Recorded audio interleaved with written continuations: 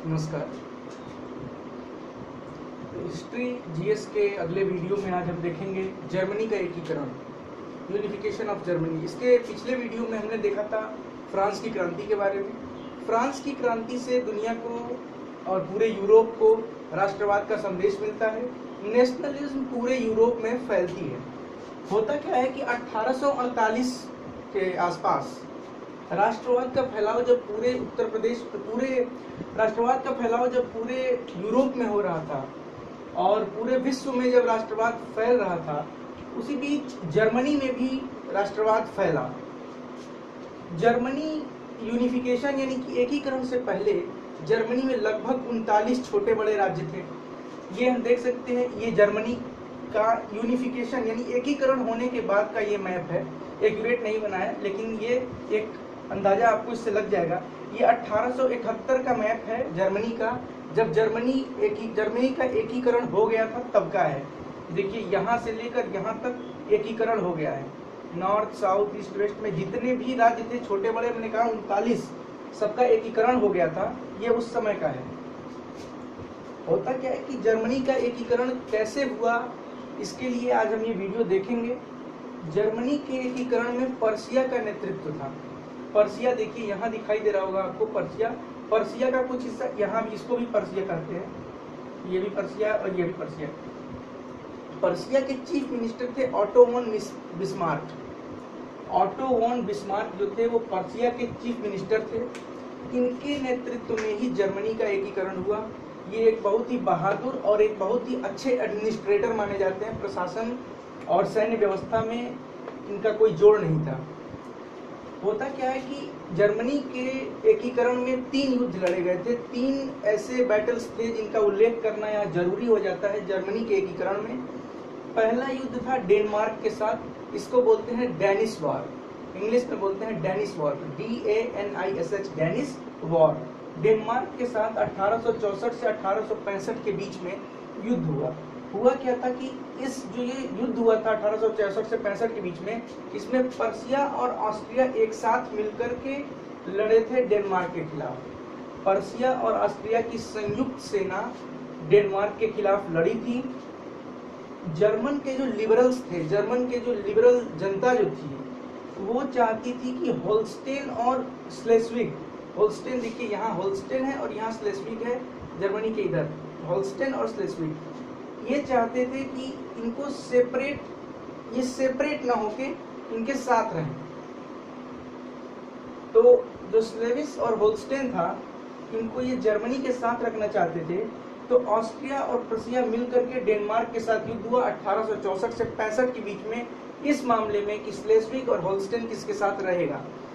होता क्या है कि ऑस्ट्रिया और पर्सिया दोनों मिलकर डेनमार्क को यहाँ हरा देते हैं। डेनमार्क हार जाता है और होल्स्टेन और स्लेस्विग इनके अंडर में आ जाता है, इनके कंट्रोल में आ जाता है। जीतने के बाद चूंकि ऑस्ट्रिया और पर्सिया एक साथ थे, तो इसमें से एक ऑस्ट्रिया को दे देते हैं, एक पर्सिया को दे देते हैं। तो होल्स्टेन जो है वो ऑस्ट्रिया के साथ चला जाता है, होल्स्टेन ऑस्ट्रियन एम्पायर का पार्ट हो जाता है, और स्लेस्विग जो है ये हो जाता है पर्सियन एम्पायर का पार्ट। फिर से 1864 से 1865 के बीच डेनिश वॉर हुआ, डेनमार्क के साथ युद्ध हुआ। ऑस्ट्रिया और पर्सिया दोनों मिलकर के डेनमार्क के खिलाफ लड़ते हैं। डेनमार्क इस युद्ध में हार जाता है। हारने के बाद जिन दो मुद्दों पर लड़ाई हुई थी, स्लेस्विग और होल्स्टेन की कंट्रोल किसके पास रहेगा, लास्ट में जब युद्ध समाप्त होता है तो ऑस्ट्रिया को मिल जाता है होल्स्टेन ऑस्ट्रियन एम्पायर के कब्जे में आ जाती है और पर्सियन एम्पायर के कब्जे में आ जाता है स्लेस्विग। दूसरा महत्वपूर्ण युद्ध है 1866 में, जब पर्सिया और ऑस्ट्रिया के बीच में युद्ध हुआ। ये दोनों इसके पहले वाले युद्ध में साथ मिलकर लड़े थे, लेकिन इस युद्ध में दोनों आपस में एक दूसरे से लड़ रहे हैं। 1866 में ये लड़ने का कारण ये था कि जो जर्मनी की संसद थी, फ्रैंकफर्ट पार्लियामेंट, फ्रैंकफर्ट संसद, फ्रैंकफर्ट असेंबली में बिस्मार्क ने 1866 में एक प्रस्ताव लेकर गए थे। बिस्मार्क कौन थे? पर्सिया के चीफ मिनिस्टर, जिनके नेतृत्व में जर्मनी का एकीकरण हुआ। एक बहुत ही ब्रिलियंट एडमिनिस्ट्रेटर और मिलिटेंट। 1866 में बिस्मार्क फ्रैंकफर्ट पार्लियामेंट में ये प्रस्ताव रखते हैं कि जर्मनी को एकीकृत किया जाए, लेकिन ऑस्ट्रिया को छोड़कर, यानी कि ऑस्ट्रियन एम्पायर को हम जर्मनी का पार्ट नहीं बनाएंगे, ये कह रहे थे। बिस्मार्क का कहना था कि ऑस्ट्रियन एम्पायर जर्मनी का पार्ट नहीं होगा। 1866 में फ्रैंकफर्ट पार्लियामेंट में ये प्रस्ताव बिस्मार्क ने रखा। इससे क्या हुआ, ऑस्ट्रिया को धक्का लगा कि हमें जर्मनी के अंदर ये, मतलब हमको अपने साथ ये लेकर चलने की बात नहीं कर रहे हैं, और इसके पहले वाले युद्ध में हमने इनका साथ दिया था। इसके चलते ऑस्ट्रिया पर्सिया पर अटैक कर देता है। ऑस्ट्रिया जब पर्सिया पे अटैक करता है तो जो जितने छोटे बड़े और भी राज्य हैं जर्मनी के अंदर, ये ऑस्ट्रिया के साथ हो जाते हैं।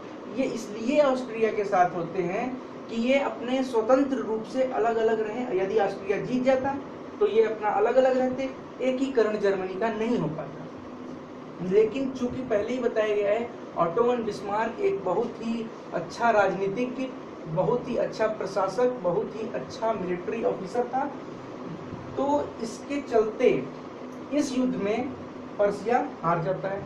होता क्या, इसमें एक बाद में संधि होती है, और उस संधि के साथ पर्सिया और ऑस्ट्रिया का ये युद्ध समाप्त हो जाता है। और इस युद्ध के समाप्त के बाद 1867 में जो नॉर्थ जर्मनी है, उत्तरी जर्मनी का एकीकरण हो जाता है।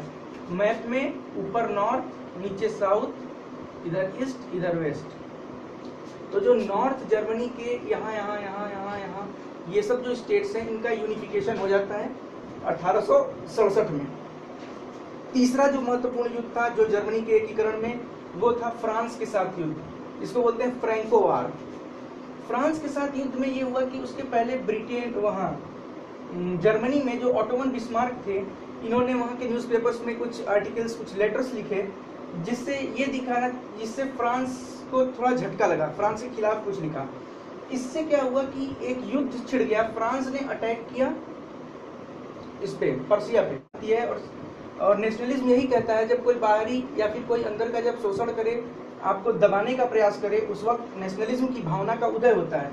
तो क्या होता है कि फ्रांस के साथ जब युद्ध छिड़ता है, जब फ्रांस अटैक करता है पर्सिया के ऊपर, तो उस वक्त साउथ और नॉर्थ जो पार्ट थे, उत्तरी और दक्षिणी, पूरा एक साथ आ जाता है। यानी कि जब फ्रांस से युद्ध छिड़ता है जर्मनी का, जब फ्रांस से युद्ध होता है पर्सिया का, तो उस वक्त पर्सिया का साथ देने के लिए पूरा उत्तरी जर्मनी और दक्षिणी जर्मनी एक साथ आ जाते हैं। और फ्रांस के साथ इस युद्ध की जब समाप्ति होती है, तो इस युद्ध की समाप्ति के बाद ही माना जाता है कि जर्मनी का एकीकरण हो गया। क्योंकि देखिए, उत्तरी और दक्षिणी पार्ट एक साथ आ गए हैं, और ये सब कुछ सिर्फ और सिर्फ ऑटोमन बिस्मार्क के नेतृत्व के चलते हुआ था। और ऑटोमन बिस्मार्क के चलते ये जो 3 युद्ध, डेनमार्क के साथ 1864 से 65 के बीच में, पर्सिया के साथ 1866 में, और उसके बाद फ्रांस के साथ जो युद्ध हुआ, ये जो तीनों युद्ध थे, इन तीनों युद्ध के समाप्ति के बाद जर्मनी का एकीकरण पूरी तरह से संभव हो पाया। और 18 जनवरी 1871 को हॉल ऑफ मिरर एक है, इसको बोलते हैं, एक जगह है वर्साइल्स बोलते हैं इंग्लिश में। तो वर्साय में 18 जनवरी 1871 को कैसर विलियम फर्स्ट को इस जर्मन साम्राज्य का, ये जो जर्मनी का पूरा एकीकृत जर्मनी का एम्परर घोषित किया गया, सम्राट घोषित किया गया। ये पर्सिया के थे, पर्सिया के कैसर विलियम फर्स्ट को 18 जनवरी 1871 में वर्साय के हॉल ऑफ मिरर में सम्राट घोषित किया गया पूरे एकीकृत जर्मनी का, यूनिफाइड जर्मनी का। ठीक है, तो ये जर्मनी का एकीकरण इस तरह से संभव हो पाया। ये जो मैप देख रहे हैं, ये एकीकरण के बाद का है। ये पूरा ये जो बाउंड्रीज हैं, ये जर्मनी की बाउंड्री, ये जो एकीकृत जर्मनी की बाउंड्री है 1871 की, 1871 एनसीईआरटी के बुक से है ये। ठीक है, ये रहा। और इसके बाद क्या हुआ, ये जब ये जर्मनी का एकीकरण हो गया, उसके बाद बहुत ही अच्छी फॉरेन पॉलिसी अपनाई गई ऑटोमन बिस्मार्क के द्वारा। आस पड़ोस के देश के साथ संधियां की गई, जिससे कि आगे कोई खतरा जर्मनी पे न आए। दूसरी ओर इसके एकीकृत होने के बाद 3-4 प्रमुख चीजें की गई। करेंसी का मॉडर्नाइजेशन किया गया, आधुनिक बनाया गया करेंसी को, नोट को, लीगल सिस्टम को और जुडिशियल सिस्टम को, कानून व्यवस्था को मॉडर्नाइज किया गया। Legal system, judicial system, banking system और करेंसी, इनको मॉडर्नाइज किया गया। और आस पड़ोस के नेबर कंट्रीज के साथ अच्छे रिलेशन बनाए गए, कई संधियां की गई ऑटो वन बिस्मार्क के द्वारा। तो इस तरह से जर्मनी का एकीकरण पूरा होता है आज। अगले फिर वीडियो में मिलेंगे किसी नए टॉपिक के साथ, एनसीईआरटी जीएस हिस्ट्री के अगले वीडियो पार्ट में। तब तक के लिए धन्यवाद। चैनल सब्सक्राइब जरूर कीजिए और अपने कमेंट्स में अपने विचार दीजिए कैसा लगा आपका वीडियो। ठीक है, बहुत बहुत धन्यवाद।